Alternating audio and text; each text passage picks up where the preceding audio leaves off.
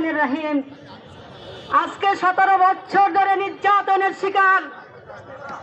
আজকে একটা কথা বলতে চাই, আমার উপস্থিত ভাই ও বোনেরা উপস্থিত আছেন, আমার শ্রদ্ধাভাজন নেতারা উপস্থিত আছেন, আমার শ্রদ্ধাভাজন অ্যাডভোকেট সাহেবরা আছেন, আমার শ্রদ্ধাভাজন বাগেরহাট জেলার সকল নেতৃবৃন্দ আছেন।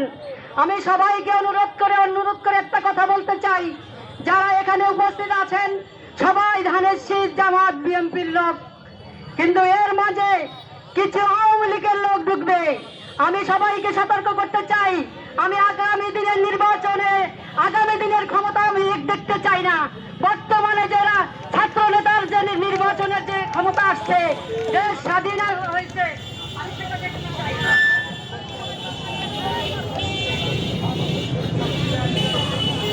হ্যালো,